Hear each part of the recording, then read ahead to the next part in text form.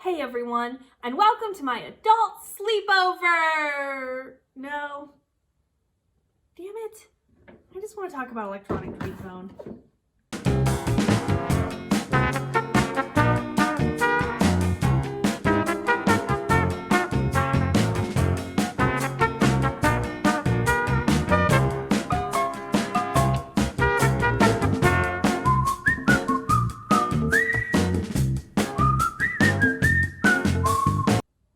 Probably Milton Bradley's most fondly remembered game from their It's Our World Girls division, but it certainly wasn't the first game they made that was targeted specifically at girls.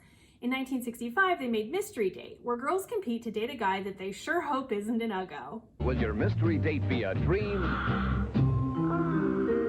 or a dud? Oh. Then in 1989, they were like, well, girls don't just like daydreaming about boys all day. They have other interests, you know. They like spending their dad's money. It's Mall Madness, the talking shop till you drop game. Sale at the Fashion Boutique.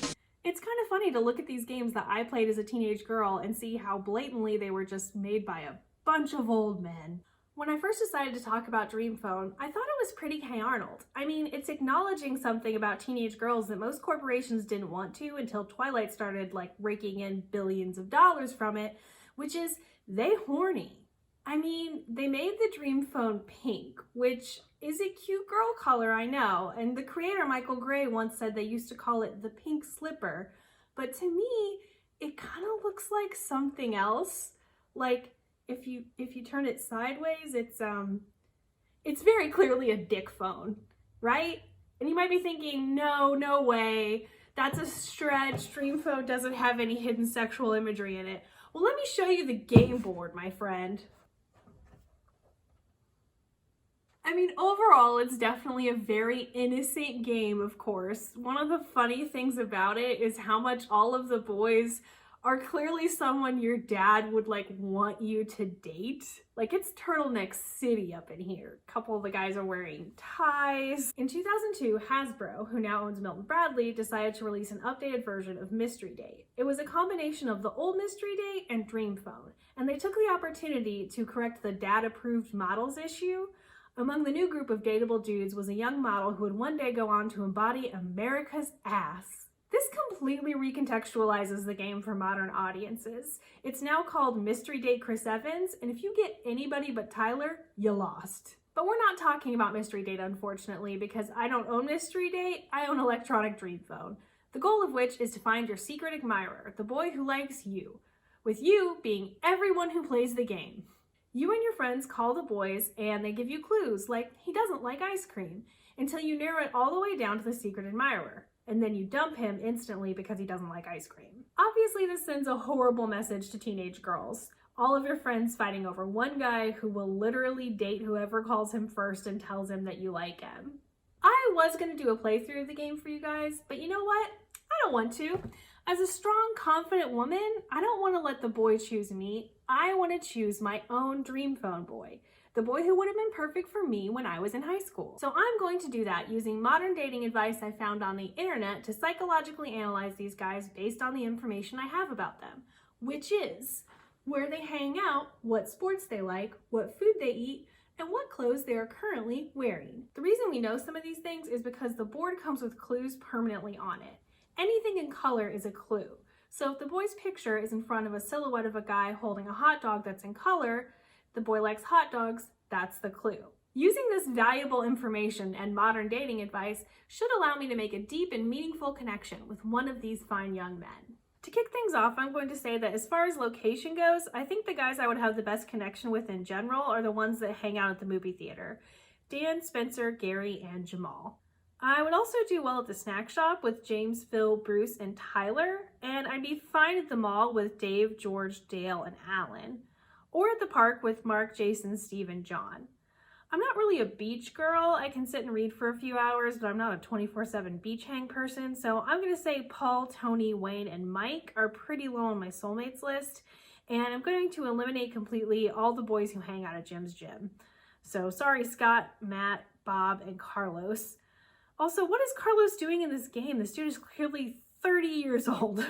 There should be a special feature where if you get Carlos, you have to call an adult and tell them what happened. Okay, so that narrowed my search from 24 to 20 boys. All right, so now I'm gonna go to the most important place on the internet for dating advice, cosmopolitan.com, specifically an article titled 55 Things You Can Learn About a Guy in 10 Minutes. According to this article, there's a lot you can learn about a guy from what he orders at a restaurant. A meat and potatoes type guy is usually steady and dependable, says image coach Diane Daniels, but he's also a little unadventurous. If your date goes for exotic dishes, you're with someone who makes spontaneity a priority and could easily get bored with the status quo. I like a spontaneous man, so let's find someone who likes exotic dishes.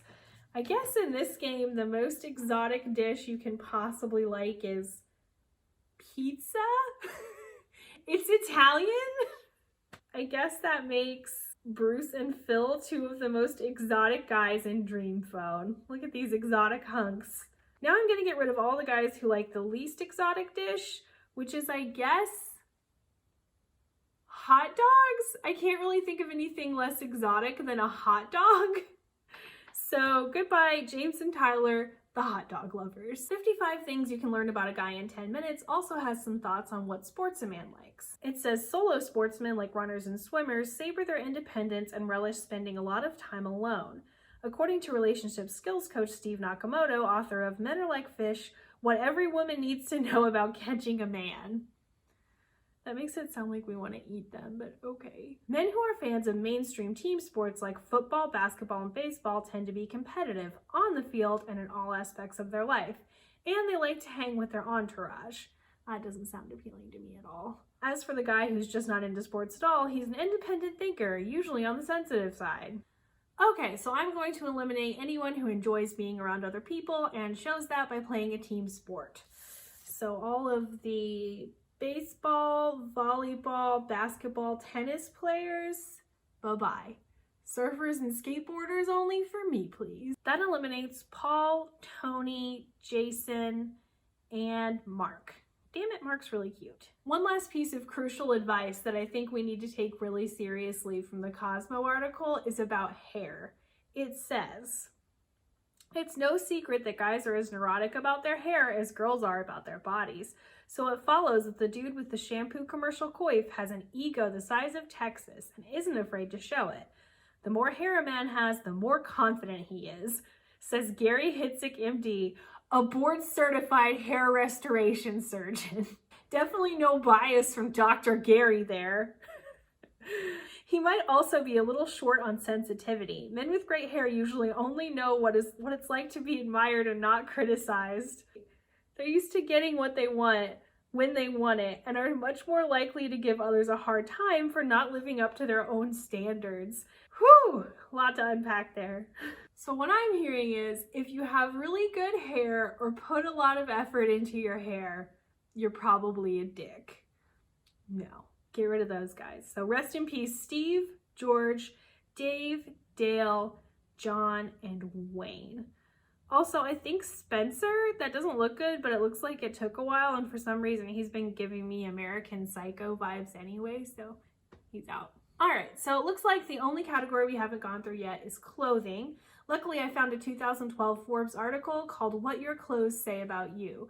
And I won't bore you with the details of the whole thing, but just to deal with what's on the table in front of us, it says if you wear largely neutral colors devoid of accessories, you may be stuck in a psychological rut. Too comfortable to shake it up or too afraid to draw attention to yourself. Oh, I love a shy boy. And it looks like literally everyone here meets that description. Oh my God, did this work? Look at all these boys who don't want to draw attention to themselves. I love it. That's a little freaky. I think we need to go a little more superficial here. TheTaco.com has an article called 15 Things He Wears That Shows He's a Boy and 5 That Show He's a Man. I think even in high school I would have said I want a man and not a boy, so let's go ahead and try that. Apparently, only boys wear turtlenecks or a sweater over another shirt. Wow, if I had done this first, that would have taken out half my boys, but now that just eliminated Gary, Mike, and Dan, who, if you'll notice, is wearing a turtleneck under a sweatshirt. Where was this taken? Like the tundra? All right, we're really narrow now. I'm very excited about my options. Apparently, boys wear polo shirts, so goodbye, Phil. Real men wear ties!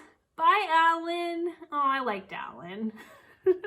So, the top 2 guys in Dream Phone, based on infallible advice from the internet, are Bruce and Jamal. Bruce is my worldly pizza-loving man, and Jamal likes candy.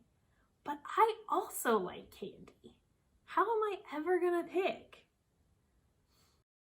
I'm gonna let the dick phone pick.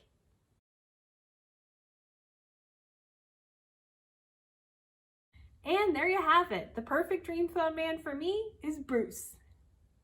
Well, those are my thoughts on Dream Phone. You can find more funny content on bunnyears.com. You can follow Bunny Ears on Twitter at bunnyearsweb. You can follow me on Twitter at Lydia.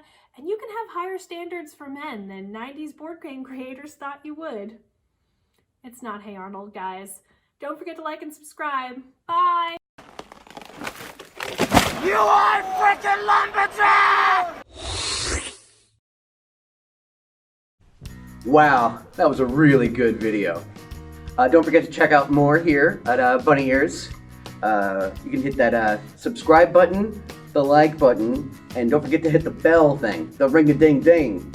So yeah, that's actually everything I'm supposed to say. I don't know.